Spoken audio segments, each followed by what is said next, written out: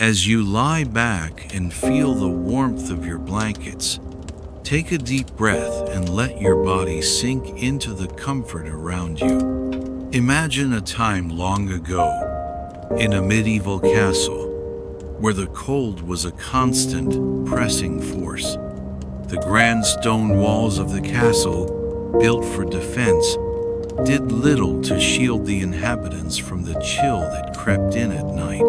For them, the battle against the cold was fought with woolen blankets, linen sheets, and fur, simple materials that became their shields against the freezing nights. Picture the people huddled together, sharing warmth in a way that we might find strange today, whether with family, servants, or even animals. The warmth of their bodies, close together under layers of fabric, was their only defense against the cold. It wasn't glamorous, but it worked. The fight for warmth was their way of surviving, of making it through another cold night. Now, as you relax, remember how far we've come. The warmth you feel tonight is a result of centuries of adaptation and resilience. Those medieval souls fought against the cold with every layer of fabric, every shared moment of warmth, and every bit of ingenuity they had. Let yourself drift deeper into that comfort. Feel the warmth, not just from your blankets, but from the connection to their resilience. You're part of a long history of survival, wrapped in warmth, ready to rest. Allow yourself to sink into peaceful sleep. Step into the past and let the cold stone walls of a medieval castle surround you. The air is thick with the scent of dampness and soot from the torches flickering in the darkness, casting long, eerie shadows across the room. The walls, towering and impenetrable, have witnessed centuries of history of battles fought, of kingdoms built, and of lives lived in constant struggle against the elements. As the wind howls through the cracks in the castle's heavy wooden doors, a chill creeps into the stone halls. The great hall, usually alive with chatter, the crackling of the fire, and the bustle of servants, now lies silent, save for the sound of the wind and the occasional creak of the rafters. What seems like a majestic, timeless fortress steeped in romanticism suddenly transforms into something far less inviting when the cold of winter settles in. From a distance, medieval castles appear as grand symbols of power and protection, filled with noble lords, ladies, and gallant knights. Their imposing stone walls were constructed to withstand sieges and attacks from enemies, a marvel of military engineering. However, despite their strength and magnificence, these castles were far from comfortable. They were built to defend against human invaders, not to fend off the harshness of nature. In winter, the cold inside these stone fortresses could be as deadly as any enemy. There were no central heating systems, no double-glazed windows, and no thick insulated walls to keep the bitter chill at bay. Instead, people who lived in these castles had to come up with creative solutions to survive the unforgiving cold. It was not just about keeping warm, it was about keeping alive. The cold in a medieval castle could be a persistent, inescapable presence, often more dangerous than any sword or siege weapon. The thick stone walls, while excellent for repelling attackers, did nothing to preserve warmth. Once the sun set, the temperature inside the castle would plummet rapidly. Without the technology and comforts we take for granted today, people in castles were forced to endure freezing temperatures inside their own homes, making the simple act of sleeping through the night a battle against the cold. It was a test of endurance, innovation, and survival, one that required both a physical and psychological adaptation to an environment where warmth was a rare and fleeting luxury. As winter approached, the inside of the castle became progressively colder. The larger the space, the harder it was to heat. In the grand chambers of the castle, where noble families resided, multiple fireplaces might burn fiercely, but the heat would not travel far. The hearths could only warm the immediate space around them, and as soon as the flames were no longer within reach, the chill would return. The coldness would invade every corner of the castle, and even the most opulent rooms would become unbearably cold. The stone walls, acting like giant batteries, would absorb the heat from the fire, only to release it slowly once the fire had gone out, making the entire space feel damp, heavy, and unwelcoming. A noble who had spent the evening near the warmth of a roaring fire would soon feel the cold as they retreated to their chambers. By the time they reached their bed, the room could feel more like a cellar than a comfortable living space. In some cases, the cold was so intense that frost would form on the inside of windows, on bed curtains, and even on the furniture. Imagine waking up in a medieval bedroom, surrounded by the chill of the night. The frost clings to the walls like a second skin, and you can see your breath form in the air as you lie beneath the covers.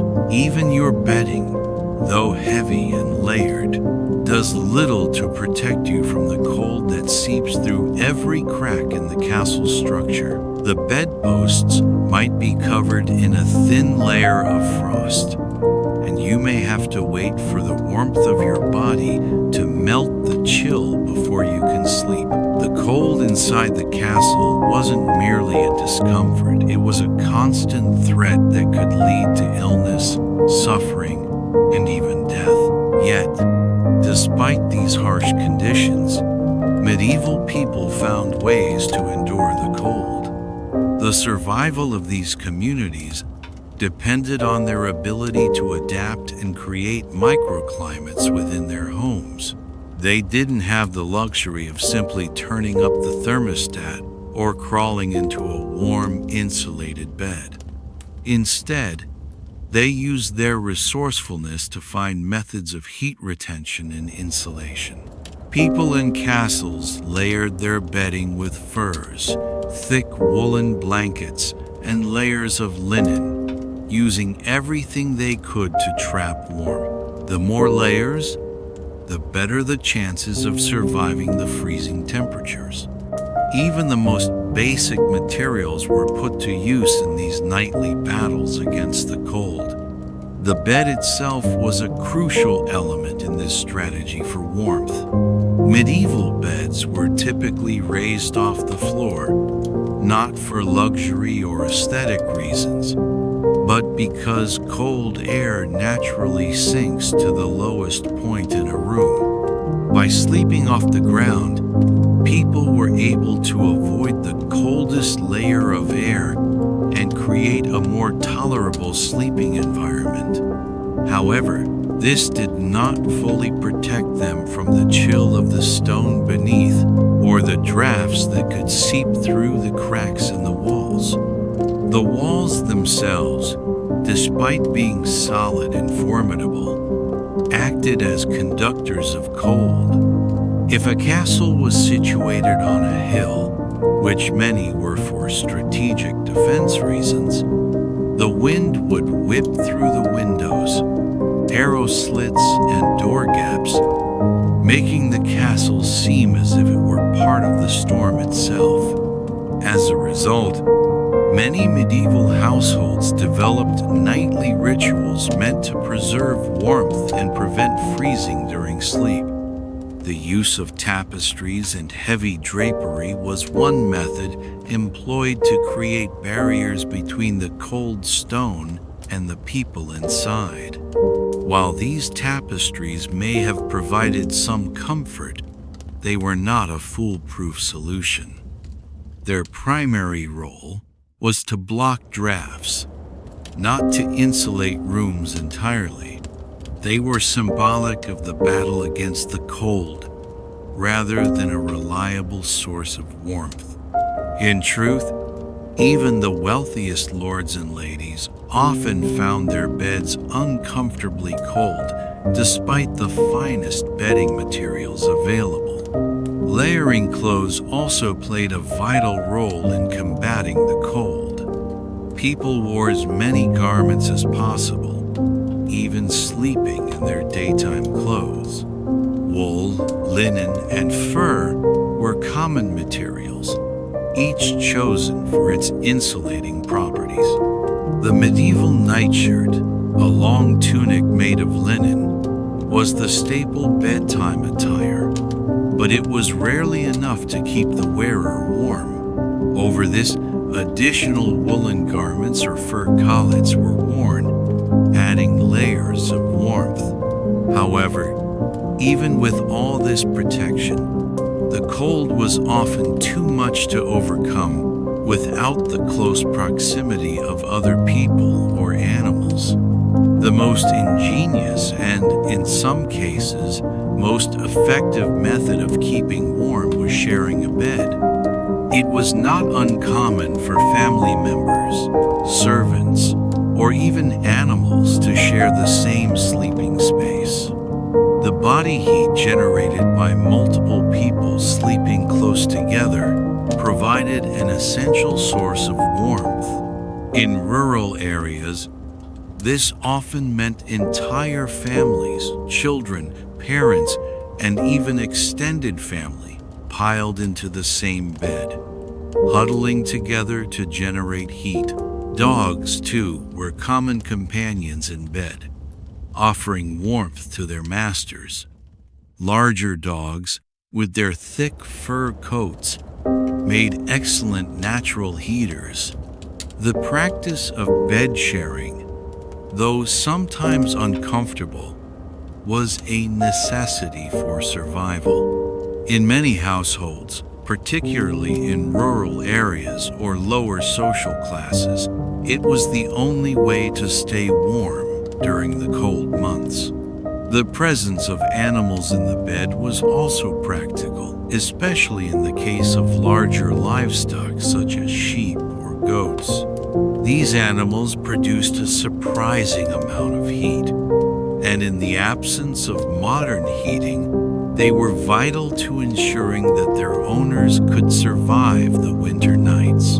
Despite the discomfort, medieval people were inventive in their use of the simplest materials and strategies to survive the cold. Their ingenuity was both practical and life-saving. The people living in these castles were not merely enduring winter, they were fighting for their lives. Every winter night in a medieval castle was a trial of endurance, requiring layers of fabric, body heat, and sheer willpower to survive. When we look back at these times, it's easy to romanticize the idea of medieval castles, imagining them as places of luxury and grandeur. Yet the reality for those who lived within their walls, especially in the dead of winter, was far from luxurious. Instead, it was a constant struggle against the elements, a battle where warmth was the most precious commodity. Medieval people were survivalists, using everything at their disposal to endure the harsh conditions and make it through another night. Their resilience and adaptability were essential to their survival in a world where warmth was fleeting and comfort was a luxury few could afford. As you lie in your warm modern bed tonight, consider the ingenuity of those medieval survivors. Their nights were long, their mornings bitterly cold, but they endured. Through clever use of fabric, shared warmth, and sheer determination, they found ways to sleep in conditions that would seem uninhabitable to us today. Their survival wasn't just about weathering the winter, it was about mastering it, layer by layer, and finding warmth wherever they could. This was the essence of medieval sleep, a process of not just resting, but of fighting for warmth, for life itself. When you think of a medieval castle, the first images that often come to mind are grand feasts, gallant knights, and elegant ladies draped in luxurious gowns, all bathed in the warm glow of candlelight. The towering stone walls seem like a fortress against the ravages of time, proudly standing as symbols of power and defense. But beneath the grandeur and historical mystique, a chilling reality lurked in the shadows. While these castles were marvels of military engineering, their architectural magnificence was marred by a single, relentless force: the cold. The reality of life in a medieval castle during winter was starkly different from the warm, inviting hearths often depicted in romanticized portrayals. These fortresses, designed to withstand the most brutal attacks, were less concerned with comfort and more focused on defense. Thick stone walls, the hallmark of a castle's strength, turned out to be equally adept at trapping cold air inside, making the inhabitants of the castle battle not only invading armies, but the merciless elements.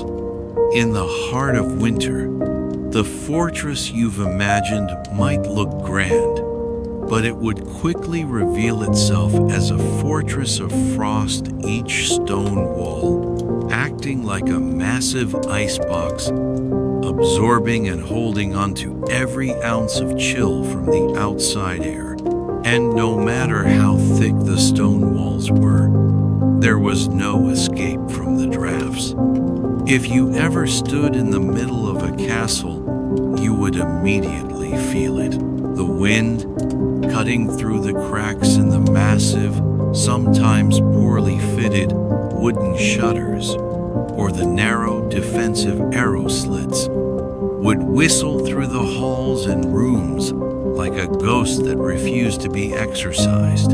The thickness of the stone, so perfect for stopping arrows, siege engines, and the battering rams of medieval warfare, had the opposite effect when it came to warmth. Rather than creating an insulating layer, the walls absorbed heat from the fire, only to release it slowly back into the cold air when the fire inevitably died down. The interior of a medieval castle was far from the comforting warmth we take for granted in modern homes.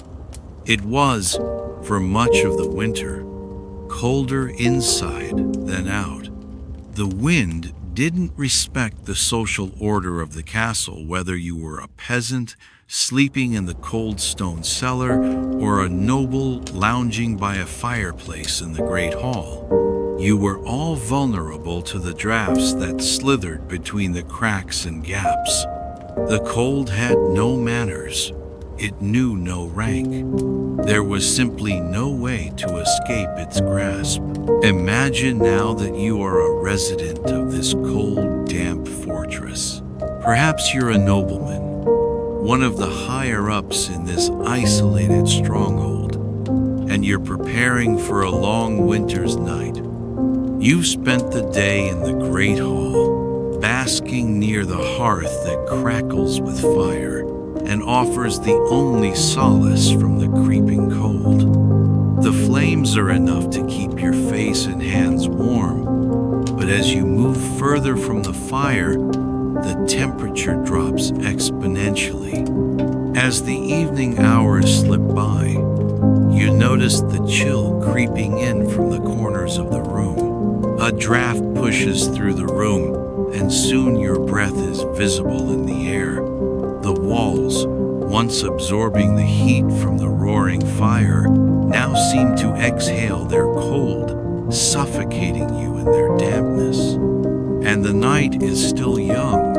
You retreat to your chambers, hoping to find some warmth in your bed, only to find that the coldness inside feels almost unbearable. You pull your heavy cloak tighter around your shoulders, trying to fend off the chill, but it's no use.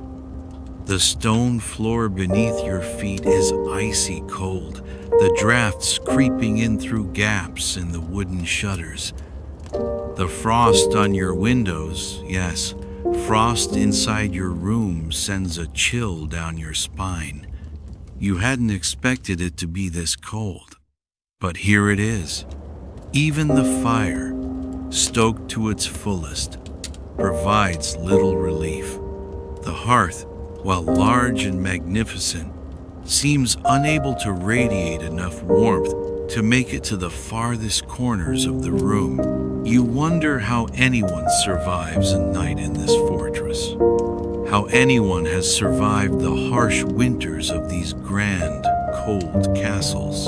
The truth is, many didn't, and the ones who did were forced to develop strategies that were, at times, as creative as they were desperate.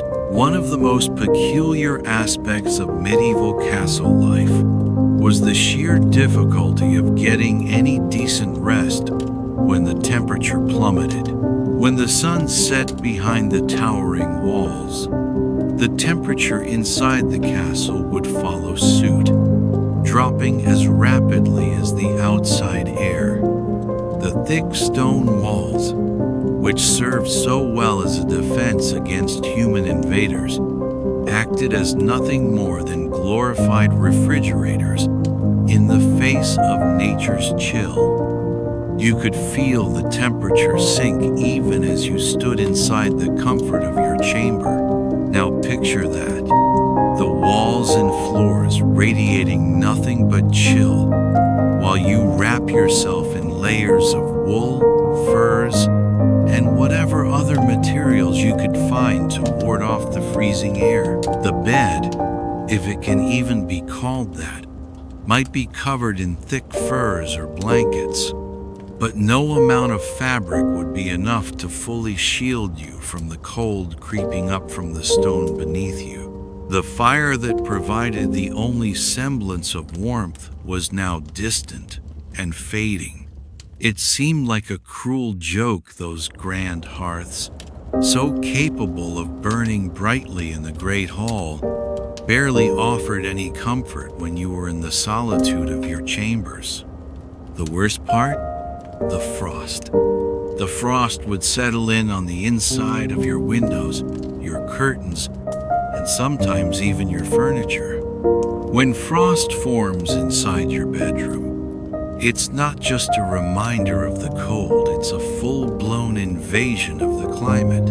Picture waking up to find a thin, frozen layer on your wash basin. Or worse, your bedspread. Those thick, luxurious blankets, once warm from the fire, would feel like blocks of ice against your skin when you first slid beneath them. It's as if the cold has taken a hold of your very soul, refusing to release its grasp no matter how many layers of blankets or furs you use to protect yourself. For those who lived in castles during the medieval period, the internal frost and cold were as much a part of life as the feasts and jousts the nobility often enjoyed. One particularly chilling, pun intended, piece of evidence from medieval chronicles shows that in some castles, frost wasn't even considered remarkable. Travelers passing through would casually remark on the frost that formed inside the bedchambers, frost that covered their bed curtains, or even formed icicles on their wash basins. It was common enough to be an afterthought, something not even worth commenting on. The irony was that even though these castles were designed to keep enemies out, they often failed miserably when it came to keeping the cold at bay. The same heavy stone walls that made these fortresses seemingly impenetrable were actually great at absorbing and holding onto the cold. And in a time before modern insulation, central heating, or double-glazed windows, this posed a serious problem. When the temperature outside dropped, the temperature inside followed, quickly and unforgivingly. It wasn't just the stone walls or the windows. Medieval castles were often built on high ground or rocky hills to offer better defense against enemy forces. While this elevated position offered strategic advantages for spotting approaching attackers, it made the castles vulnerable to the forces of nature. Wind would whip through the gaps in the stone, and with no insulation in the walls, that wind would cut straight through to the heart of the castle. The windswept hills provided a cold, harsh environment, not just for soldiers trying to hold their ground, but for the families and servants who lived there year-round. But there were also the details, the minor inconveniences that would slowly start to gnaw at your sense of well-being. The constant presence of dampness in the air. It wasn't just the chill, but the feeling of the room being perpetually humid. The condensation on the walls, the cold stone underfoot, the smell of wet wool and wood smoke in the air. These were the scents and textures that defined life inside a castle during the colder months. Even the grandest of rooms, draped with tapestries and hung with the finest fabrics, could do little to fend off the dampness that seeped through the stone. The curtains, once luxurious, began to feel heavy with the moisture in the air. It wasn't just the physical discomfort of being cold. It was the slow, unrelenting sense of being surrounded by the very elements you were trying to escape. The fires, the only source of warmth, became an obsession. The great hearths in the hall would burn brightly for hours, but once they had gone out, the temperature in the rooms plummeted. You could try to gather warmth around the hearth, but soon enough, the fire would wane, leaving nothing but cold ashes behind. And while some castles were fortunate enough to have a few iron stoves or small heating systems, these were rare. For most people living in these cold fortresses, the cold wasn't something you could fight head-on. It was something you had to endure, layer by layer, until it finally passed. Of course, there were strategies for dealing with the cold solutions that were as practical as they were peculiar. People would layer themselves in clothing, donning every piece of wool, linen, and fur they could find. There were heated bricks or stones placed near the bed to keep the chill at bay. Some castles had portable heating pans filled with hot coals, which were placed under the blankets before bedtime. But even these methods weren't enough to fully escape the cold. They were temporary measures, helping to stave off the worst, but the chill would always return, creeping up from the stone floors, slipping through the cracks in the shutters, and waiting patiently for its next victim. The battle against the cold inside medieval castles was not just about physical warmth, it was about survival. The winter months were long, harsh, and unrelenting, and every evening brought with it the question, how long until the cold betrays me? As modern people, it's hard to imagine the constant struggle against something so seemingly unstoppable. But for the inhabitants of medieval castles, it was a fact of life. Cold was not just a discomfort, it was a presence that dictated how they lived, how they slept, and how they survived. As the frigid night descended upon the medieval castle, the cold would creep into every room, every corner, and every crack.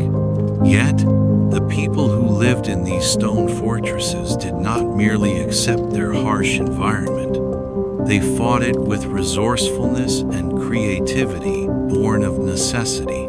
For them, survival wasn't just about enduring the winter, it was about actively resisting it, making it through each bitterly cold night with as much warmth as they could trap within the walls of their cold, unyielding fortress.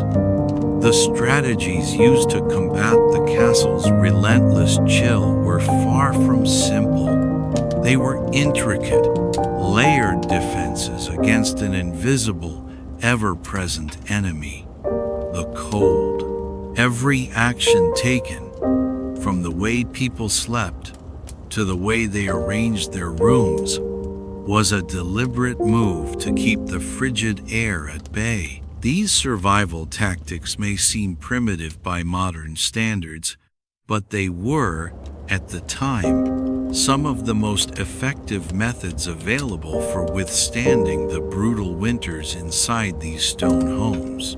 For medieval castle dwellers, the cold was a constant companion, a companion that they had learned to manage through sheer willpower, ingenuity, and a little help from their friends, both human and animal. The first step in their battle against the cold was to minimize the living space as much as possible. It's counterintuitive to think that a castle, with its towering walls and wide-open chambers, could become too cold to survive in. But that's exactly what happened. The larger the room, the more air there was to chill, and the harder it was to retain warmth. In an effort to combat this, the inhabitants of medieval castles would shrink their living space down to the smallest possible size each night. While it might seem like an act of desperation, this tactic was rooted in practicality. A smaller space was easier to heat, and with fewer areas for the cold air to invade, the warmth from the fire could stay contained for a little longer. One of the simplest, yet most effective methods used to conserve warmth was the practice of banking the fires. The hearth, while never truly efficient at heating the entire room, was still the best defense against the cold. And so, the people of the castle would carefully bank the fire, or let it burn down slowly at night. By banking the fire, they ensured that the embers would continue to radiate warmth even after the flames had died down. They might pile more logs or fuel on top of the fire before retiring for the night, or they might leave just enough burning to keep the room from freezing completely. The goal wasn't to maintain a roaring blaze through the night after all. Fuel was limited, but rather to create a steady, low-level heat that could offer a buffer against the cold. But even the warmest fire could only do so much. In the castle's massive, drafty rooms, the warmth from the hearth could only reach a small radius, and the fire's glow would quickly fade the moment you moved further from it. Thus, the next line of defense was to keep the heat close to the body. One of the most iconic features of medieval bedrooms was the bed itself, an oversized, imposing structure often raised high off the floor. While the ornate carvings and lavish decor may have made these beds appear more about display than function, their design was actually a strategic response to the cold. The raised bed served two purposes. First, it kept the person sleeping in it above the cold air that settled near the floor. And second, it provided space for the fire's heat to rise toward the person in the bed. Medieval people knew that cold air sinks, so by raising the bed off the ground, they could avoid the worst of it. But even with a raised bed, the cold was still a formidable opponent. The solution, however, wasn't far behind. The beds were typically piled high with thick woolen blankets, furs, and sometimes even animal pelts to trap every bit of warmth from the fire and the body beneath. But the blankets were more than just an attempt to stay warm. They were an essential piece of survival gear in the castle. Wool, being an excellent insulator, was the primary material used for bedding. The thick, scratchy texture might have been uncomfortable, but it was incredibly effective at trapping heat. Layer after layer of blankets were added to the bed, creating a cocoon of warmth around the sleeper. Furs, too, played a vital role. These were often taken from animals like foxes, wolves, or even bears, and provided a thick, insulating barrier against the cold. Some of the wealthier nobles might even have had their furs embroidered or treated to make them even more luxurious. But for everyone, fur was both a luxury and a necessity. And if the blankets and furs weren't enough, there were always the animals themselves. In some cases, dogs, cats, and other livestock were allowed to share the bed, offering warmth through their own body heat. Large, thick-coated dogs were particularly prized for this purpose. In rural castles, where the family would often keep farm animals indoors during the winter months to protect them from the cold, sheep or goats might even join the human inhabitants in the warmth of the bed. The warmth from these animals would help to keep their owners from freezing overnight, but the arrangement wasn't entirely without its drawbacks. While the animals could provide warmth, they also brought with them fleas, lice, and the ever-present smell of wet fur. The layers of warmth, however, often outweighed the discomfort of sharing your bed with an animal or two. For the poorer inhabitants of the castle, who might not have access to such luxurious bedding or animals to share the warmth, survival meant relying even more heavily on the layers of fabric they could muster. In addition to the blankets and furs, medieval people often wore multiple layers of clothing to bed. Woolen tunics, thick linen undergarments, and even coats were worn as part of the nightly ensemble. It wasn't uncommon for the people of the castle to sleep in the same clothes they wore during the day. There was no such thing as pajamas in the medieval world. People slept in their woolen tunics, stockings, and sometimes even their cloaks, anything they could use to trap warmth around their body. In fact, the practice of wearing multiple layers of clothing to bed was so widespread that it became a symbol of the harshness of life during this time. But the survival strategies didn't end with the bed. The architecture of the castle itself also provided a few tricks for keeping warm. Some rooms, particularly those used for sleeping, were strategically located in places that would make the most of the sun's weak rays during the winter months. Castles, like all medieval structures, were built with the elements in mind, and the placement of rooms was no accident. Rooms with a southern exposure, which received the most sunlight, were often designated as the family's sleeping quarters. These rooms absorbed as much heat as possible during the few hours of sunlight, and the warmth would be released gradually throughout the night, providing a tiny reprieve from the relentless cold. This was not just a luxury, it was a strategy for survival. The people of the castle had to adapt to the natural world in ways that we can barely imagine today.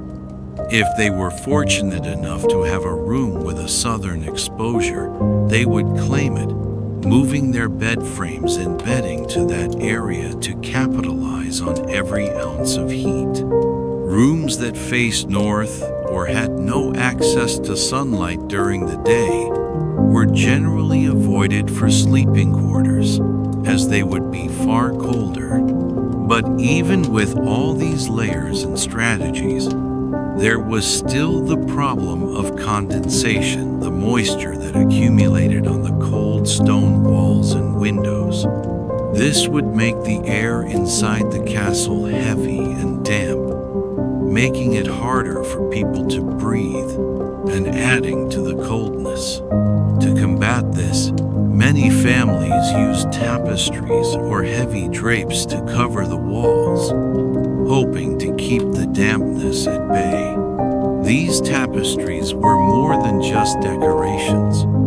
They acted as insulators, trapping a small amount of heat within the room. In some cases, they were so thick and tightly woven that they provided a small pocket of warmth behind them.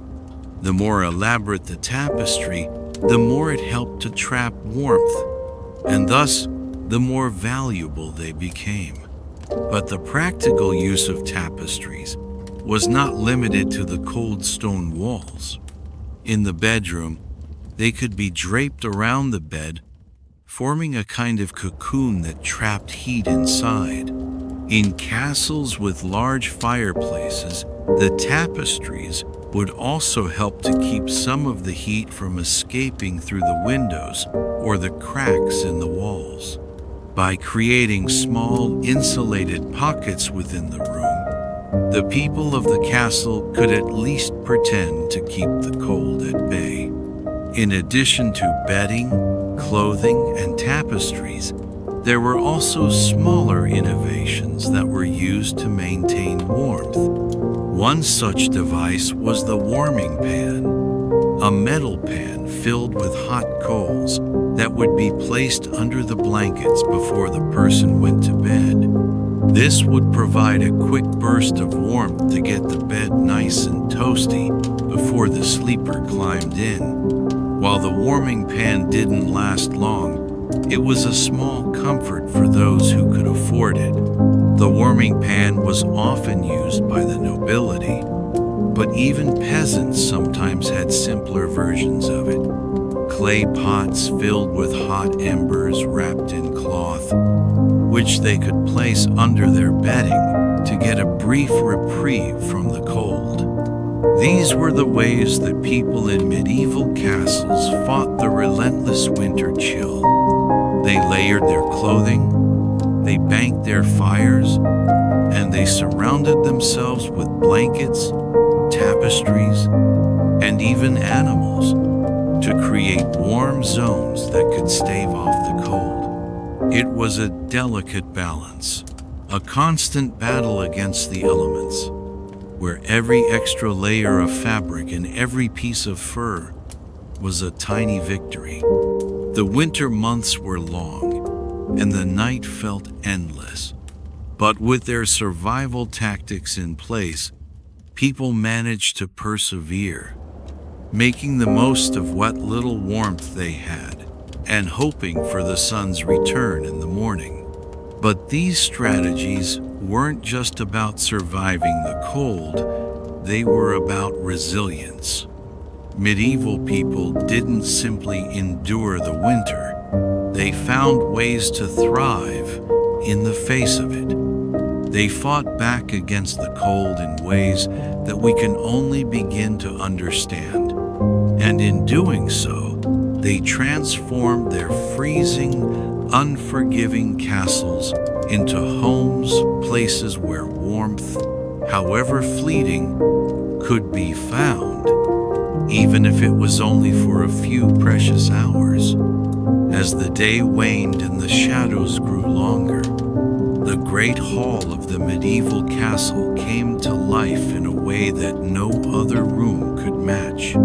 The grandest room in the castle, it served as the heart of the household, where the Lord and his family dined, where guests were entertained, and where important matters of politics, diplomacy, and military strategy were discussed. But most importantly, it was where the warmth could be found, a sanctuary from the biting chill that gripped the rest of the castle. The Great Hall was, quite literally, the only place in the castle that could offer a fleeting reprieve from the cold. Picture yourself stepping into the Great Hall, having just entered from the bone-chilling wind outside. The contrast between the cold air and the warmth of the fire is immediate, even if you've only stepped into the room's outer edge. The heat from the roaring fire, its flames dancing and crackling, offers a welcome embrace, one that feels almost magical after the relentless cold of the corridors. The fire, like a defiant beast, pushes back against the winter, flickering defiantly as it illuminates the vastness of the stone chamber. This is where the magic happens, or at least where survival is temporarily assured. Here, the flames seem to have more purpose than simply creating light. They provide the warmth that is essential for life inside this fortress of stone. It wasn't just the Lord's family who sought warmth by the fire. Nobles and their guests, eager to escape the frigid chill of their chambers, would gather around the hearth, filling the air with conversation and laughter. The fire served not only as a source of light and heat, but also as a gathering place, a social hub. For many, this was the highlight of the day, the moment they could shed the layers of wool and furs they had worn in an attempt to stave off the cold. The fire provided them with a chance to rest, to relax, to bask in the warmth before retreating to the uncomfortable cold of their private rooms. The Great Hall was, for all intents and purposes, the beating heart of the castle. It was here that meals were shared, celebrations were held, and guests were entertained. But the fire that kept the hall warm was, for all its brilliance, a fickle companion. No matter how great the blaze, the warmth from the fire barely made it beyond the immediate vicinity of the hearth. The hall, vast and open, could not be warmed effectively by a single fire, no matter how large or powerful. The heat would rise to the rafters, dissipating almost immediately, leaving those who lingered further from the hearth to suffer the cold. Even though the warmth from the fire was more than welcome, it was fleeting, and for most, it did little to stave off the bite of winter that followed. As the evening wore on and the festivities began to wind down, the reality of the castle's inefficiency at keeping the cold at bay would begin to set in. When the feast concluded and the last of the goblets were emptied, nobles and guests would have to face the inevitable truth. Though they had basked in warmth during the evening's revelry, the journey back to their chambers would be one of frigid discomfort. The great hall, filled with noise and warmth earlier in the evening, would soon fall silent, its once bright hearth reduced to a bed of embers. The fire's warmth would have long since faded by the time the guests made their way back to their rooms, and the air, once filled with heat, would turn cold again.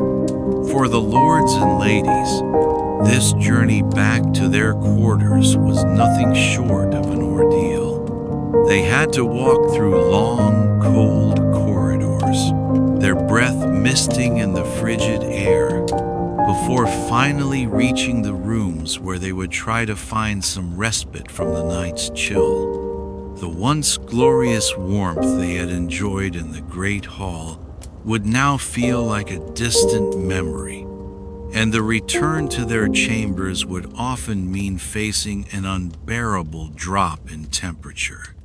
The fire that had kept them warm in the hall could not follow them, and the rooms, far from the central hearth, were often colder than they would have imagined. As they entered their chambers, often towering and filled with elaborate tapestries, the nobles would find themselves surrounded by cold stone. The vastness of their rooms, though impressive, was another reason the cold was so pervasive. The sheer size of these chambers made them nearly impossible to heat. The fire, no matter how roaring, could only provide warmth to a small, immediate area. The stone walls absorbed what little heat the fire managed to produce, releasing it slowly as the temperature dropped. And the larger the room, the more difficult it was to keep that warmth contained. The air, once warm and filled with light, would feel cold and oppressive. Now, imagine being one of the nobles in this situation. You've enjoyed an evening by the fire, conversing with friends, enjoying a hearty meal, and basking in the heat. But once the fire dies down and the last of the servants retire for the evening, you are left alone with the cold. You retreat to your bedchamber, knowing that no amount of tapestries or heavy drapery will protect you from the chill of the stone walls. The temperature in your chamber, once a comfortable haven of rest, now feels like the inside of a cave. The cold will seep into your bones, no matter how many blankets or furs you pile on top of yourself. The warming effect of the fire will have long disappeared, and now all that remains is the cold. What's worse, the contrast between the warmth of the great hall and the cold of your bedchamber is not just physical, but psychological. You have grown accustomed to the heat and light of the fire, and now, in the silence of the night, you are left to endure the cold in solitude. The journey from the great hall to your chamber is not just a physical one. It is a journey through the world of discomfort, a reminder that no matter how grand the space, the castle was not built with warmth in mind. You can't help but think of the peasant's cottage, smaller, humbler, but likely warmer.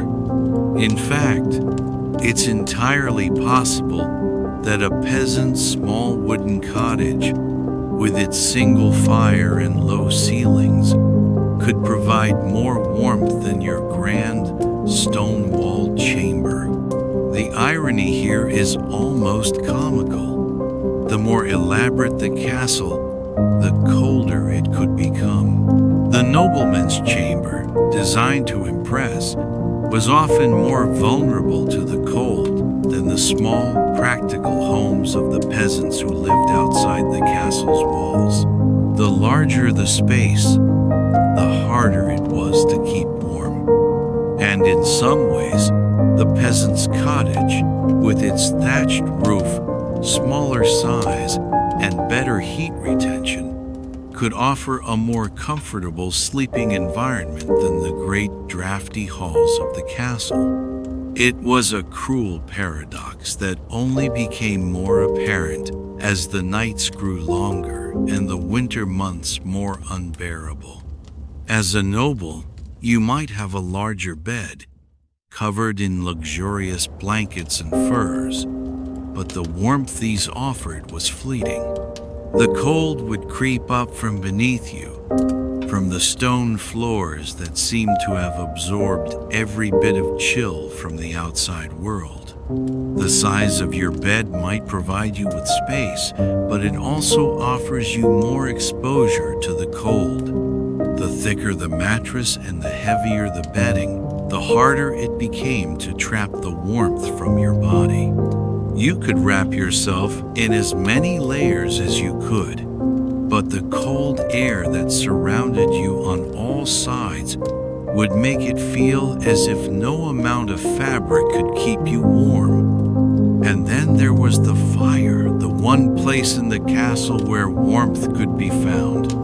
It was an oasis in the vast sea of cold stone, but like all things in medieval life, it was never permanent. The fire would eventually burn down to embers, and the castle would return to its natural state, cold and unyielding. The walk from the great hall to the bedchamber was not just a physical journey, but a reminder that even the finest castle, despite its grandeur, was not immune to the cruel forces of nature. As the fire dimmed and the warmth receded, the cold would take over, leaving the castle inhabitants to brace themselves for another long, chilly night.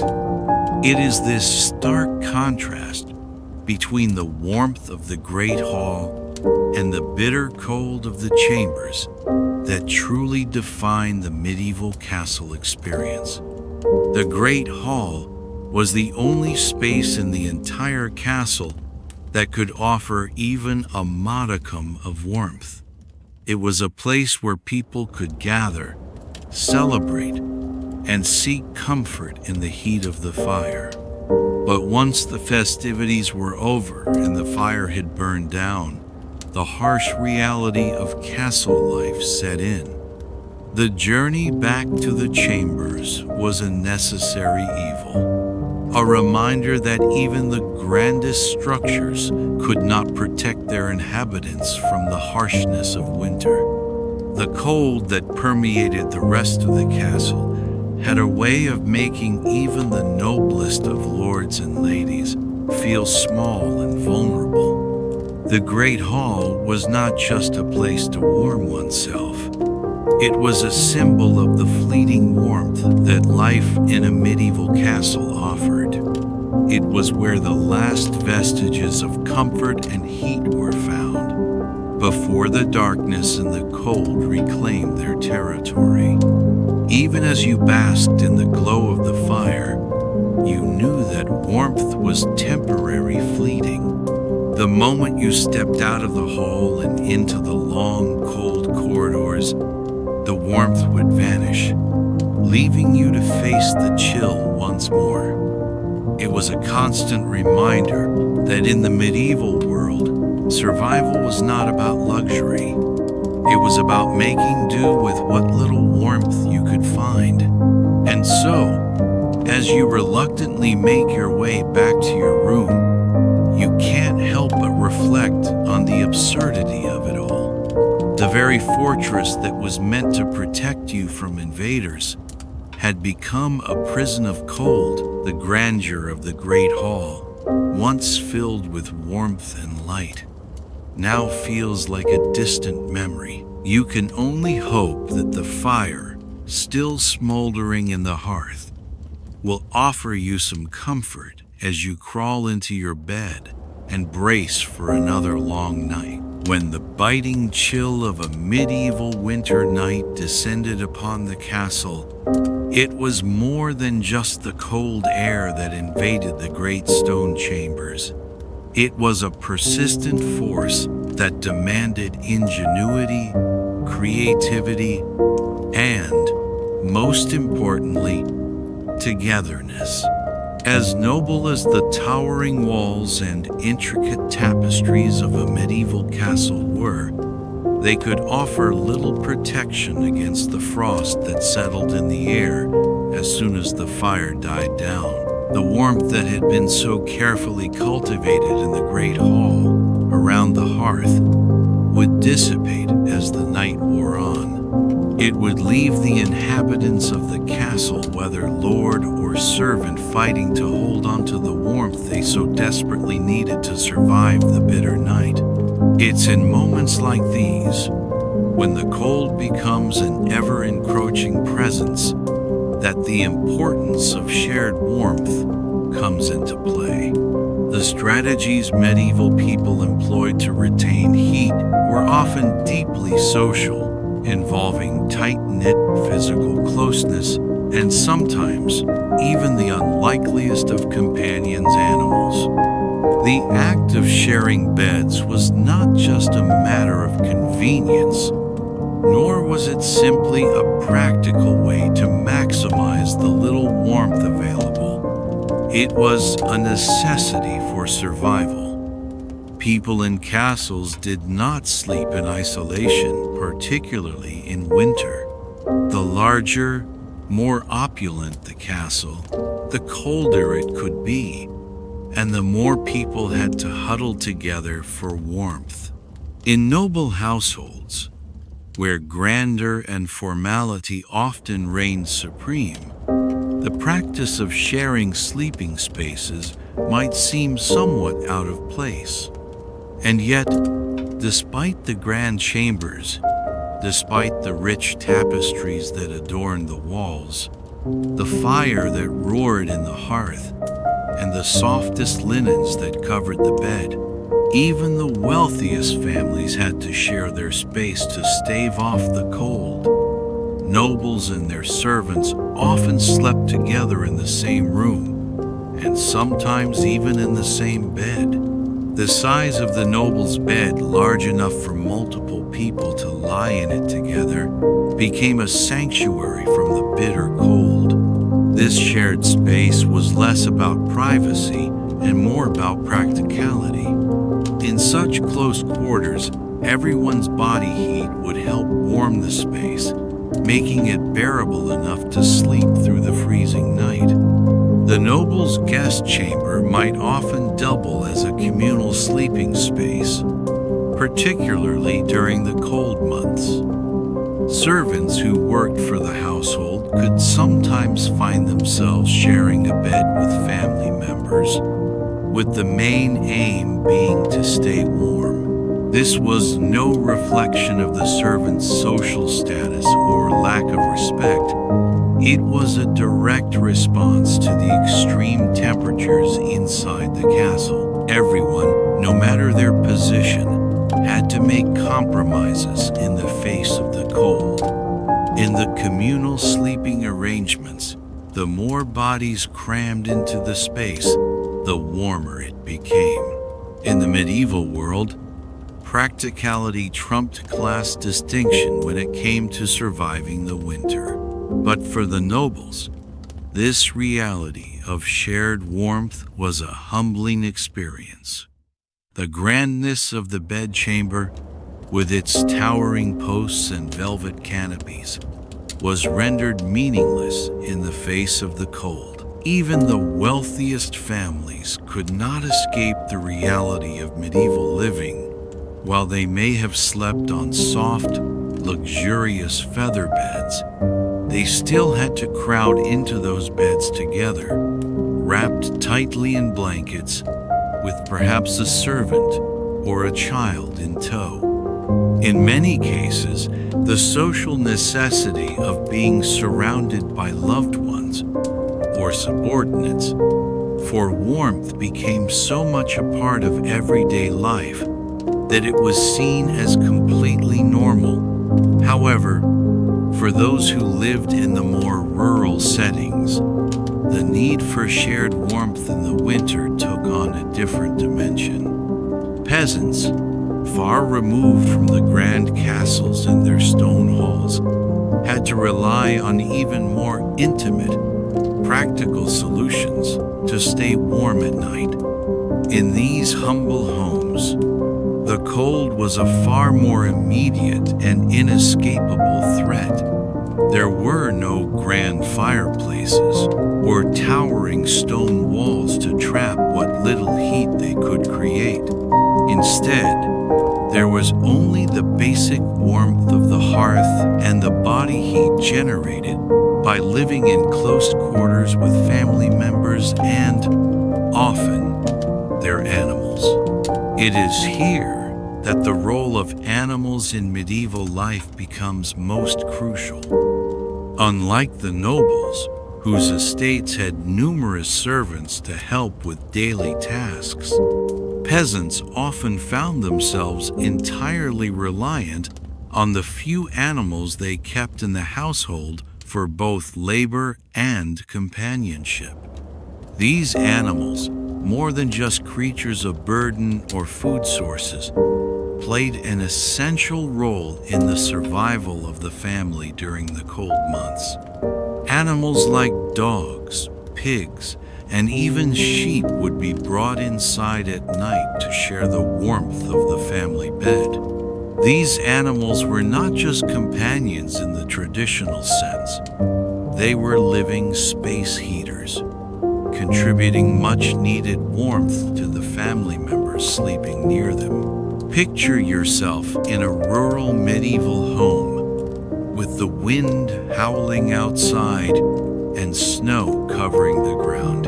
The walls of the cottage may be made of timber, thatch, or even simple stone, but they offer little protection from the cold. The fire in the hearth, although warm, doesn't extend far enough into the room to keep everyone comfortable. There are no thick tapestries hanging on the walls to hold in the heat, and no thick rugs covering the cold stone floor. As the temperature drops, the space becomes colder and colder. This is when the animals come into play. At night, the family's dog, a large, thick-coated breed like a mastiff or hound, would curl up at the foot of the bed, offering a layer of warmth. The dog's body heat would seep into the blankets, adding another layer of insulation between the family and the cold. But the dog wasn't the only animal in the household. Larger animals like sheep and goats, which were usually kept in the barn to shelter from the harsh weather, would also be brought inside. In some cases, an entire family might sleep with a few sheep in their bed, huddling together to create a shared warmth that would keep everyone alive through the night.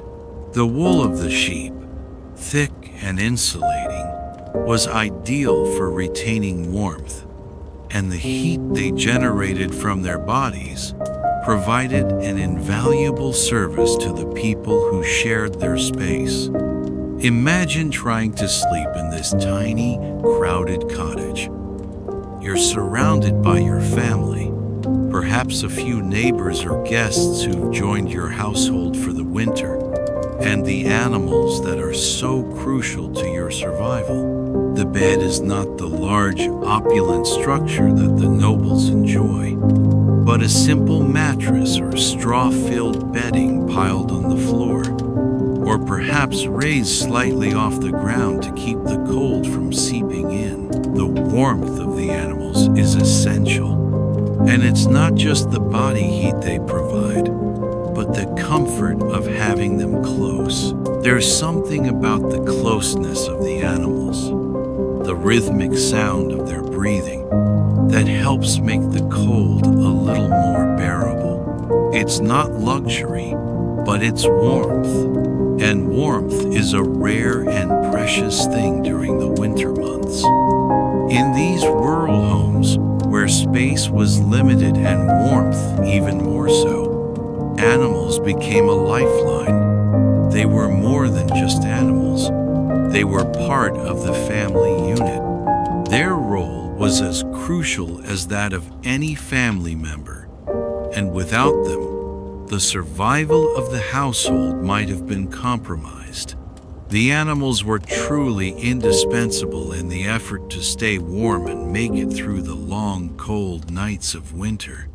The fact that families could keep their animals inside was an acknowledgement of just how vital these creatures were. Without them, there would be little hope of surviving the freezing nights, even outside the rural context. In the wealthier households, the need for warmth could lead to the presence of animals inside the household. Dogs, in particular, were often treated as companions and protectors, but they were also valuable sources of heat. Many noble families had large, furry dogs who slept at the foot of the bed or near the hearth, adding warmth to the otherwise cold chambers. In some cases, these animals would share the bed with their owners, curled up next to them, using their own body heat to provide a buffer against the cold. Cats, too, were welcome in the beds. They were smaller, quieter, and less invasive than dogs, but their heat was no less valuable. Cats, with their warm, purring bodies, would often curl up at the foot of the bed or nestle beneath the blankets. While their companionship was prized for its own sake, the warmth they provided was an essential part of their role in medieval households. They may have been small, but in a world where warmth was such a limited resource, every little bit helped. In some cases, the role of animals extended beyond simple warmth provision. Some families, particularly in rural areas, kept their livestock inside to prevent them from freezing in the barn. This practice was not without its drawbacks. The smell of manure, the noise of animals moving about the house, and the general discomfort of having living creatures sharing the same space could make the sleeping arrangements feel less than ideal. But these inconveniences were dwarfed by the critical need for warmth and the survival of the family. Having animals close at hand could mean the difference between life and death during the coldest months of the year. The practice of sharing a bed with animals was not exclusive to rural life. Even in wealthier households, where people had the means to own animals for companionship, there was often little choice but to share warmth with them. It was an acknowledgement of how harsh and cold the winter months could be, even in the most beautiful castles or grand estates. The animals, in their own way, were guardians of warmth, making life in the castle or even in the peasant's cottage tolerable during the bitter months of winter. As strange as it might seem to modern sensibilities, the medieval practice of sharing a bed with animals was a reflection of the stark reality people faced when it came to warmth and survival. It was a necessary adaptation to a world that offered little in the way of comfort during the winter. The animals were not simply pets or companions. They were essential to life, helping their owners survive the frigid nights and the long, unforgiving winters. They were warmth in living form, acting as nature's own heating pads.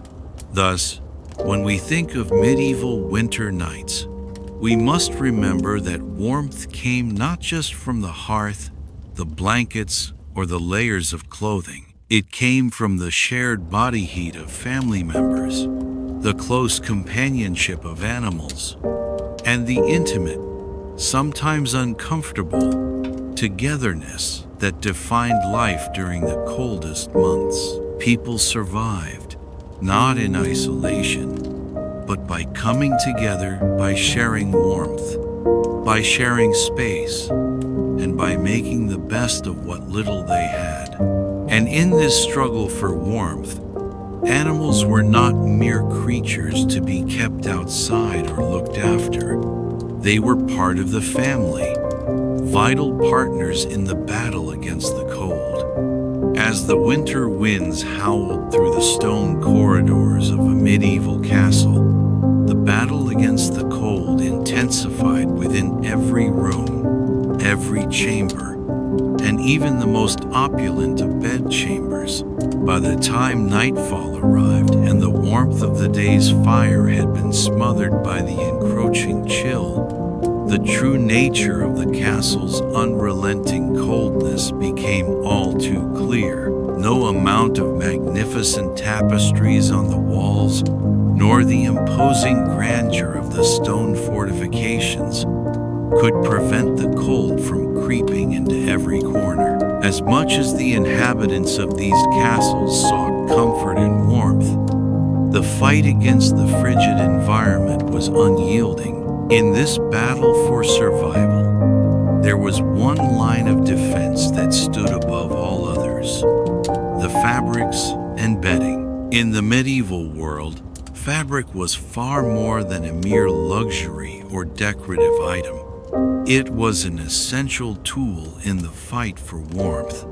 The type and quality of bedding determined not only comfort but survival. Medieval bedding was a carefully layered armor, designed to shield its occupant from the insidious cold that infiltrated even the grandest of castles. Wool, linen, and fur became the primary weapons in this cold war, each serving a distinct purpose. These textiles were the ultimate means by which people fought back against the chill. Yet they came with their own set of challenges. To survive the winter nights, people wrapped themselves tightly in blankets, sometimes so tightly that movement became impossible, but the trade-off was clear. Warmth was worth the discomfort. The layers of protection: wool, linen, and fur. Wool was the cornerstone of medieval bedding. The cold, damp nights that defined winter in medieval Europe demanded that people find ways to trap as much warmth as possible. Wool, with its unparalleled insulating properties, became the first and most vital layer of bedding. Unlike many modern fabrics that trap air in their fibers, wool naturally retains heat, making it ideal for warmth. The crimped fibers of wool allowed for the creation of small pockets of air that acted as insulators, preventing body heat from escaping. It was this very ability to trap heat, even in the dampest conditions, that made wool the fabric of choice for medieval bedding. However, wool was not without its drawbacks. It could be heavy, dense, and uncomfortable, particularly when layered in thick quilts or blankets. For the lower classes, who lacked the luxury of fine fabrics, wool blankets and quilts were essential but often rough on the skin. Itchiness and discomfort were common side effects of sleeping in woolen bedding. Those who could afford finer wool, often produced by local weavers or imported from distant lands, might have found it softer and more pleasant to sleep in. But even the finest wool blankets, while more luxurious, did little to alleviate the weight of the bedding. The sheer bulk of wool, when piled high in an attempt to stay warm, often made movement difficult. Medieval sleepers could find themselves wrapped in so many layers that turning over in bed became a laborious task. For the wealthiest families who had access to specialized bedding, the challenge of weight was mitigated slightly by the use of lighter wool fabrics or the addition of finer materials, such as silk or linen, to cushion the wool. Even so, the sensation of being swathed in layers of fabric remained a necessity for survival, but not without its discomforts. Yet despite the weight and occasional discomfort, the warmth provided by these woolen blankets was irreplaceable. Without wool, medieval people would have faced far harsher conditions. Linen, although lighter than wool, played a crucial role in bedding as well. Often used as sheets or as a lining beneath heavier woolen covers, linen was prized for its softness and breathability. Unlike wool, which could become uncomfortably warm during a night of fitful tossing and turning, linen allowed for a degree of ventilation, preventing overheating. However, linen alone could never have provided the level of insulation necessary to survive the cold nights of winter. It was a material used more for comfort and cleanliness rather than warmth. Most beds were composed of both wool and linen, with linen sheets acting as a soft barrier between the skin and the much heavier woolen blankets and furs that covered the rest of the bed. Linen, while useful, also posed challenges. It had a tendency to absorb moisture, and in the damp conditions of a medieval castle, this became a problem. On nights when the air was particularly moist, linen sheets would absorb the humidity from the room, causing them to feel clammy and cold. This moisture would also seep into the woolen blankets, negating some of their insulating power. And, of course, the linen fabric itself was often coarse and rough compared to modern sheets, further adding to the discomfort of sleeping in a cold, damp castle. Then there was fur, the ultimate luxury and ultimate weapon against the cold. For those fortunate enough to afford it, fur provided a layer of protection unlike any other. Fur was revered not just for its warmth, but for its softness and texture. It was the favored bedding of the wealthy, who would drape themselves in furs that had been meticulously prepared and cured.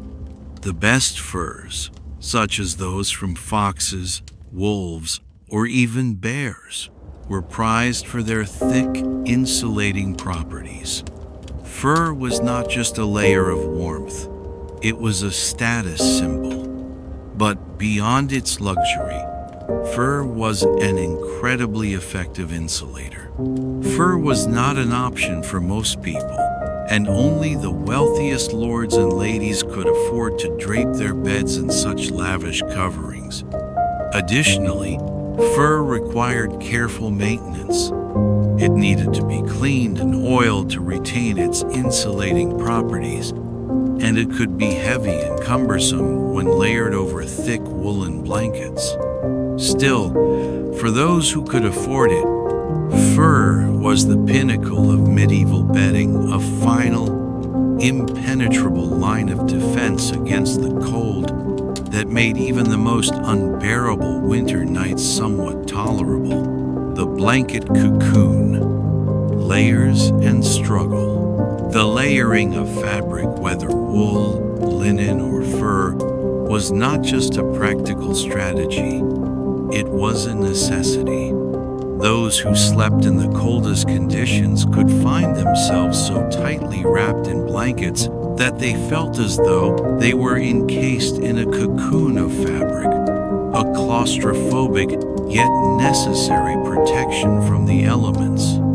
This process of wrapping oneself in blankets, often with multiple layers of wool and fur, was a common practice, particularly in rural homes.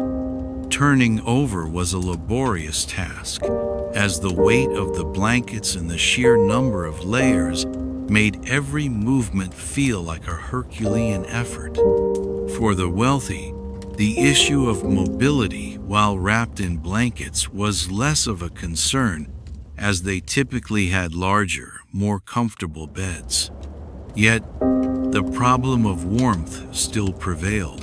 The dense, soft, fur-trapped air in between the hairs, providing an almost impenetrable barrier against the cold. The use of fur was especially important in extremely cold climates, where the cold seemed to permeate even the thickest stone walls. In these conditions, the warmth of fur was the only thing that could make a cold bed bearable. However, as with all luxuries, fur came at a cost. It was expensive, and the process of obtaining and preparing it was labor-intensive. Medieval people lived in a world where survival depended on the ability to stay warm, and the more layers they could afford, the better their chances of making it through the night. But with each additional layer came a new set of challenges. The weight of the fabric, especially when it was piled on high, could make sleep uncomfortable. In some cases, the sheer bulk of the blankets could weigh a person down, making it difficult to even turn over in bed. Peasants who lacked the luxury of a warm, insulated room would huddle together under a mountain of bedding in an effort to retain as much warmth as possible. The more bodies in the bed, the more heat they could generate, but it was the heavy layers of fabric that truly made the difference. The people in these households would sleep in such close quarters that it was nearly impossible to move or shift positions during the night. Even in the grandest castles, the combination of layers, woolen blankets, linen sheets, and perhaps a layer of fur could weigh down the sleeper, creating a sense of being trapped in a heavy, unyielding cocoon. And in the morning, when the cold had yet to release its grip on the castle, getting out of bed was an arduous task. The warmth that the blankets had provided during the night would dissipate quickly, leaving the body exposed to the lingering chill. In some ways, the weight of these blankets acted as a constant reminder of the struggle for warmth that defined medieval life. Each layer was a shield, a barrier against the cold, but it was also a weight, a burden that had to be borne. The colder the night, the heavier the burden felt. But as with all battles, the trade-off was clear. Survival was worth the discomfort. The blankets, despite their heaviness and cumbersome nature, were the key to staying warm. And without them, the harsh winters would have claimed many more lives. A delicate balance, comfort versus survival. In a world where warmth was not a given, where the harshness of winter seemed to conspire against the inhabitants of castles and cottages alike, the role of fabric in medieval bedding was far more than a matter of comfort. It was a matter of survival. People had to make do with what they had, layer upon layer of wool, linen, and fur, and find ways to adapt to the conditions they faced.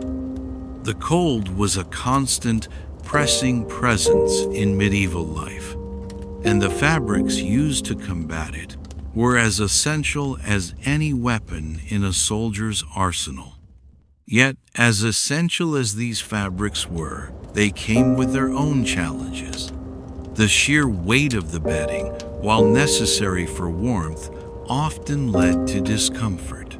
The inability to move freely in bed, the feeling of being trapped in layers of wool and fur, was a nightly reality for many. And for those who lived in the poorest conditions, the lack of sufficient bedding could make the cold even more unbearable. In these households, the struggle for warmth was often a collective effort, with families sharing beds and using whatever fabric they could find to ward off the cold. The layering of wool and fur, while crucial, could never fully eliminate the discomfort of sleeping in such cramped, cold conditions. But in the end, the blankets, the wool, the linen, and the fur were all that stood between medieval people and the deadly cold. They were the unsung heroes of the winter months, offering as much protection as any castle wall or fortification could provide. Without them, survival would have been far more difficult, and in the end, the balance between comfort and survival was a delicate one that required resilience, resourcefulness, and the willingness to endure the discomfort of being wrapped in layers upon layers of fabric, all in the name of warmth. As we sit in the comfort of our modern, heated homes, wrapped in soft blankets with the click of a thermostat controlling the temperature of our living spaces, it is easy to look back at the lives of those who lived in medieval castles with a sense of romanticism.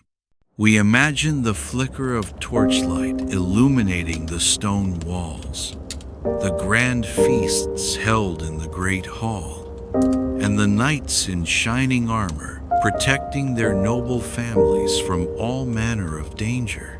In our minds, the medieval castle is often idealized, its stark, imposing walls seemingly sheltering its inhabitants from the world, and its towering, firelit halls offering warmth and security. But as we peer closer at the reality of life in these cold, drafty fortresses, we begin to see a far grimmer picture. The struggle against the elements, particularly the cold, was an everyday battle that required incredible ingenuity, resourcefulness, and resilience. In the medieval world, survival in the face of winter's chill was not about comfort or luxury. It was about making do with whatever could be found and utilizing whatever could be afforded. The heavy stone walls of castles, while impervious to invading armies, offered no insulation from the cold that would seep in through every crack and gap. People didn't have central heating, thick, insulated windows, or even the convenience of warm bedding made from modern synthetic materials. What they did have were basic materials: wool, linen, animal pelts, and furs, and with these humble supplies, they crafted solutions for surviving the long, bitter winter nights. These survival tactics were born not out of luxury, but out of necessity. As we look back, we can hardly begin to imagine the level of discomfort people must have endured as they braved the cold in their stone fortresses. While we may romanticize the idea of medieval castles, imagining grandiose balls and noble courts, the truth is that life within these walls was a constant fight against the cold. Even for the wealthiest families, comfort was far from guaranteed. The cold was as much a threat as any external enemy, creeping into the very fabric of the castle, undermining the security and warmth that one might expect from such an imposing structure. What medieval people lacked in modern comforts, they made up for with ingenuity. They learned to adapt, to layer, to share, and to endure. The reality of cold in a medieval castle. It's easy to forget that medieval castles, for all their strength and grandeur, were designed with the primary function of defense in mind, not comfort. The thick stone walls, meant to withstand sieges and protect the castle from invaders, had the unfortunate side effect of trapping cold air inside once the fire had gone out and the warmth from the hearth faded. Even the most opulent chambers, with their tapestries and fine furniture, could not escape the harshness of the cold that settled in as night fell. The temperatures inside the castle could be as cold, if not colder, than the air outside, particularly in the upper rooms where drafts found their way through cracks in the windows and door frames. For those living in the castle, even the nobility, the chill was a constant companion. The lavish banquets held in the great hall, where noble families would gather around a roaring fire to share food and stories, would seem to offer an oasis of warmth and comfort. But as the fire burned down and the guests dispersed to their private chambers, they would face the stark reality of the castle's cold.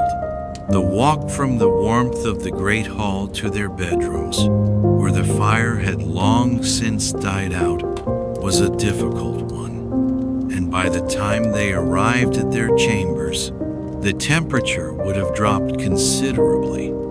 This cold was not something that could be easily ignored, nor could it be banished with the flick of a switch.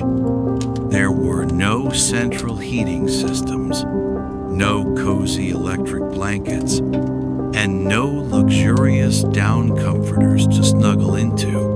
The medieval people, instead, relied on whatever they had at hand: wool, linen, furs, and animal pelts to try and keep the cold at bay.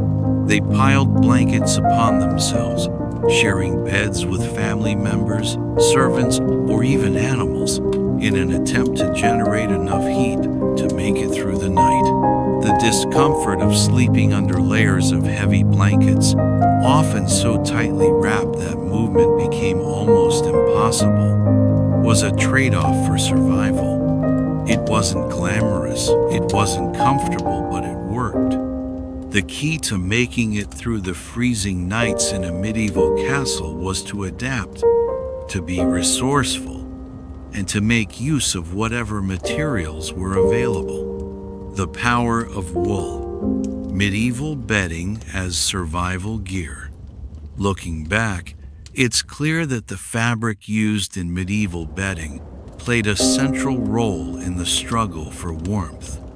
Wool, linen, and furs were not just materials for making clothing or bedding, they were essential tools in the fight against the cold. Wool, in particular, was a prized material, both for its warmth and its ability to insulate even in damp conditions.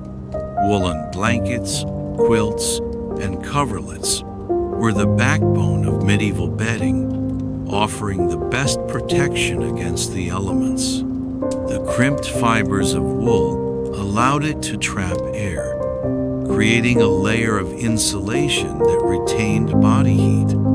In the damp, chilly air of the castle, wool was as important for survival as any weapon or defense mechanism. But as effective as wool was, it wasn't perfect. Wool, particularly in its coarser forms, could be uncomfortable and irritating to the skin. For the poorer classes, who couldn't afford to layer their bedding with fine fabrics, wool was often their only option, and it was frequently used without the luxury of softness. The lower classes slept under woolen blankets that might have been rough, itchy, and heavy, making every night a struggle for warmth and comfort. For the wealthier nobility, the wool could be finer, softer, and more luxurious.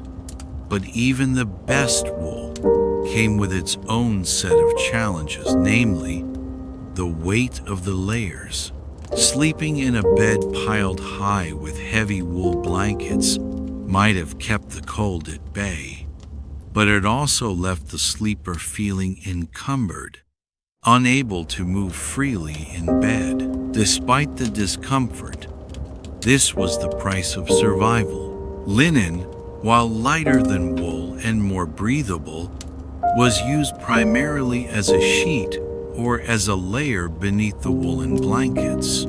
It wasn't as effective at retaining heat, but it did provide a degree of comfort and allowed for ventilation. Linen also had the advantage of being easier to clean than wool, making it an essential part of bedding. But in the cold, damp atmosphere of the medieval castle, linen alone was no match for the cold. It was simply too thin and too susceptible to absorbing moisture from the air. Then there were the furs, the ultimate luxury in bedding. Fur was not only an excellent insulator, but it also provided a level of softness and comfort that wool simply couldn't match. For the wealthy, fur was a status symbol, but it was also a matter of survival. The thick pelts of foxes, wolves, and bears were prized for their ability to trap warmth, and those who could afford them would drape their beds in these luxurious furs. While fur provided unparalleled warmth, it also came with its own challenges. Fur was expensive, and only the wealthiest families could afford it. The rich families would sleep in beds layered with fur, while the poor would make do with whatever they could find, often using straw or cheaper wool to cover themselves. The struggle for warmth, shared beds and layers of comfort. The medieval approach to staying warm at night was not just about the materials used for bedding. It was about how these materials were utilized. The most practical solution to the problem of cold beds was the simple act of sharing warmth. In the wealthiest households, nobles might sleep in large, ornate beds, surrounded by layers of thick wool and fur. But even they had to share their space. A noble might share their bed with a servant, a child, or a family member in order to maximize the warmth generated by body heat. For the lower classes, the practice of bed sharing was more than just an option, it was a necessity. Poor families, often in small, drafty cottages, would share their beds with as many people as needed, including the family dog, cats, and, in some cases, even farm animals like sheep and goats. In rural settings, animals played a crucial role in helping families stay warm during the cold nights. Dogs, sheep, and even pigs would be brought inside at night to huddle under blankets and provide warmth. In some cases, entire families would sleep in one bed, with animals curled up at their feet or snuggling beneath the blankets. These animals were more than just pets. They were living space heaters, contributing warmth to the family during the coldest hours of the night. While the practice of sharing beds with animals may seem unappealing by modern standards, it was an essential survival strategy during medieval winters. The communal nature of medieval sleeping arrangements, whether involving humans or animals, was a direct response to the cold that dominated life in the castle or cottage. While the upper classes had the luxury of larger, more comfortable beds, they too found themselves dependent on the warmth of others, whether human or animal. Even the most opulent beds could not shield their occupants from the relentless cold, and the act of sharing warmth became a ritual that defined medieval sleep.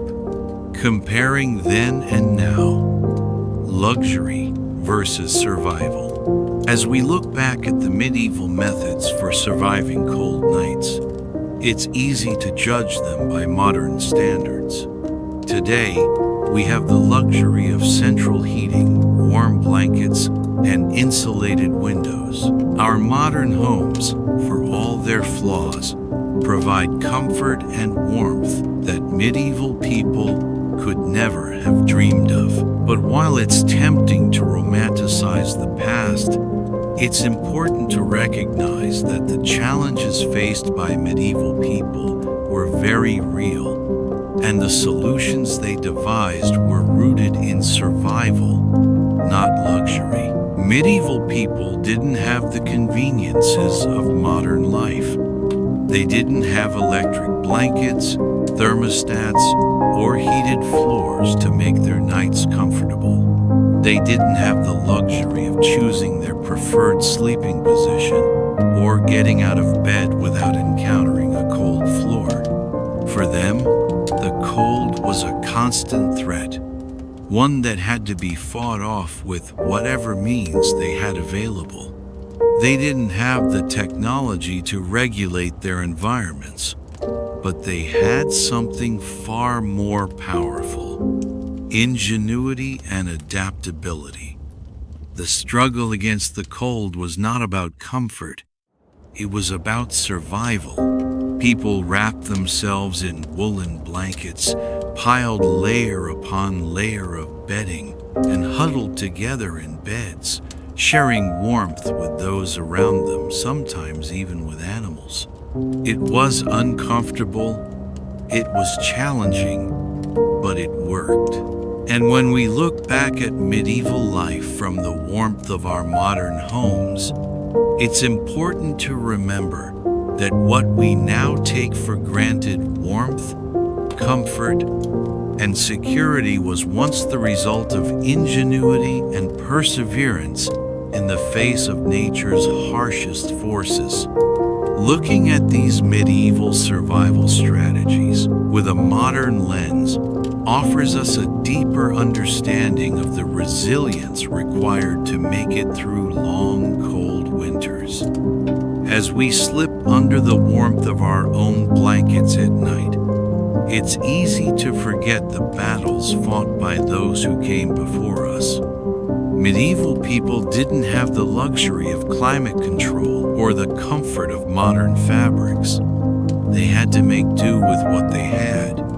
But in doing so, they taught us the value of resilience and the lengths to which people will go to survive, even in the coldest of winters. As you lay back, feeling the comfort of your own bed, it's easy to slip into the quiet rhythms of relaxation and drift toward sleep. The world around you becomes softer, calmer, and more peaceful with each passing moment. But as you allow your body to relax and sink into the warmth of your blankets, it's worth taking a moment to think about those who lived centuries before us. People who faced challenges that seem almost unimaginable in our modern world. In the harsh winters of medieval Europe, warmth was not a given. It was something fought for, something earned through ingenuity, shared warmth, and an unwavering determination to survive. For those who lived in castles, homes made of thick stone that were built more for defense than comfort, the cold was as much a part of life as the walls themselves. The castle, imposing, grand, and protective, was no fortress against the winter's chill. As night fell and the temperature dropped, the stone walls that once shielded its inhabitants from invaders instead trapped cold air inside. For the people who lived there, the heat from a fire in the great hall barely made it to the upper chambers where they slept. The long, cold corridors, the heavy doors, and narrow windows let in only the faintest light, leaving the castle's interior as cold as the frost that often formed on the windows. In these chambers, as the fires slowly faded to embers, the warmth they had briefly enjoyed in the great hall slipped away. There was no central heating, no electric blankets, no soft, plush comforters like the ones many of us enjoy today. The people who lived in these castles had only the materials they could find or afford: wool, linen, furs, and animal pelts. These became their shields against the relentless cold. The woolen blankets, though scratchy and heavy, were a critical defense, trapping body heat in their thick fibers. Linen offered some relief, but in the damp, cold air of the castle, it wasn't enough to protect them. Fur was the most luxurious, and sometimes the only way to add another layer of insulation. But no matter how many layers they stacked on themselves, the cold was always a presence they could never entirely escape. The battle for warmth wasn't just about personal comfort, it was about survival. Every night was a fight against the cold. In the large, echoing chambers, nobles might sleep alone or with a servant or family member. The warmth they could gather from each other, from the shared body heat of those closest to them, was as essential as the blankets they used to cover themselves. For families in rural cottages, the practice of sleeping together was even more pronounced. In these humble homes, where the cold was even more pervasive, people would gather as tightly as possible under the same blankets. But it wasn't just humans who provided warmth. Animals became integral to the fight against the chill. Dogs, cats, and even larger animals like sheep would be brought inside at night, their warm bodies helping to keep the family alive through the long, frigid hours. In many ways, the medieval approach to warmth was built on the community, not just family, but also animals. The family bed became a communal space, shared not only by people but by the creatures who helped sustain them. Whether it was a servant sleeping in the same room, or a family member tucked in close, or even a dog curled at the foot of the bed, warmth was gathered in close quarters. The cold was so overwhelming that it demanded this closeness. In the face of a cold that could freeze a person to death in a single night, the cold was something to be battled with all available resources. In our modern world, this might sound harsh or uncomfortable, but for the people of medieval times, it was simply a matter of survival.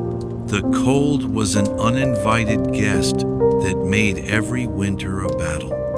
As we lie here tonight, in our warm homes with our soft blankets and well-insulated windows, it's easy to forget that warmth is not a given. For much of human history, warmth was a luxury, and surviving the night meant more than just comfort. It meant making it through another day. And, perhaps most remarkably, the people of medieval times found ways to endure, to make do with what they had, and to turn what might seem like hardship into a triumph of human resilience. It wasn't just the nobility who had to share their warmth. In the castles of the wealthy, people would sometimes sleep in large, ornate beds surrounded by layers of luxurious fabrics. But even these layers didn't always offer complete protection. The noble families, with their lavish tapestries and fine linens, found that no amount of wealth could stave off the cold completely. Despite the grandness of their homes, they too had to huddle close to survive the night. They didn't have the comfort of a warm house or a soft bed free of discomfort. Instead, they had to adapt layering blankets, sharing beds, and sometimes even sleeping near animals to generate enough warmth to make it through the long hours of winter. It was a humbling experience, and one that brought everyone closer together, united in the fight against the elements. Yet, we must not romanticize the past too much.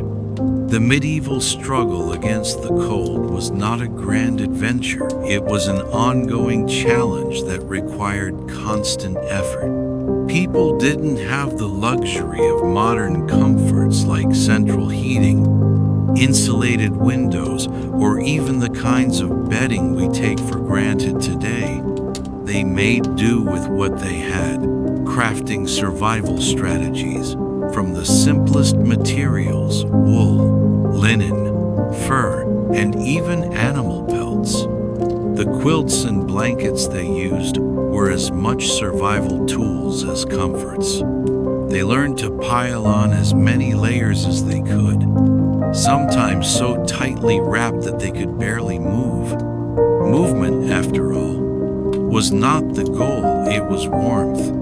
Sleeping under heavy blankets may have been uncomfortable, but it was the price of survival. Now, as we relax into our own cozy spaces, with the warmth of our homes and the luxury of modern fabrics, it's easy to take these comforts for granted. The act of crawling into bed and feeling the warmth of our blankets wrap around us is something most of us don't even think twice about.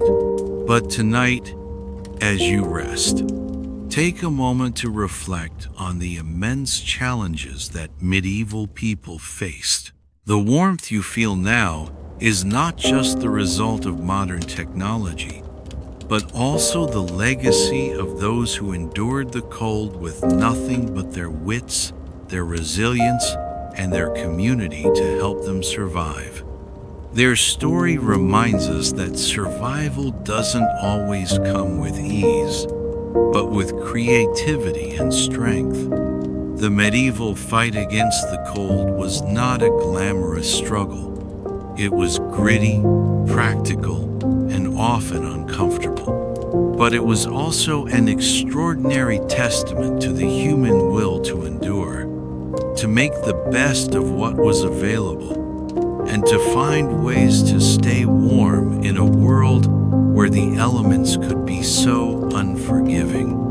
In their world, survival was an achievement. Each night that passed without freezing was a small victory. And now, as we lie here tonight, with the warmth of our modern homes surrounding us, we can carry a sense of gratitude for the comforts we have and for the resilience of those who came before us. The warmth we enjoy tonight is a legacy built from centuries of human ingenuity. So as you slip deeper into relaxation, let that warmth wrap around you, not just as a comfort, but as a reminder of the strength and perseverance of those who faced far harsher nights than we ever will. Let their resilience be a guide to rest easy, knowing that the struggle for warmth has already been won. The layers, the shared warmth, the blankets of wool and fur, these are the stories of survival, of endurance, and of human ingenuity. And tonight, they are woven into the comfort you now enjoy. So, as you drift into sleep, feel the comfort of those who came before you, who fought against the cold not with luxuries but with the strength of their community and creativity. Their story is part of the warmth that cradles you now.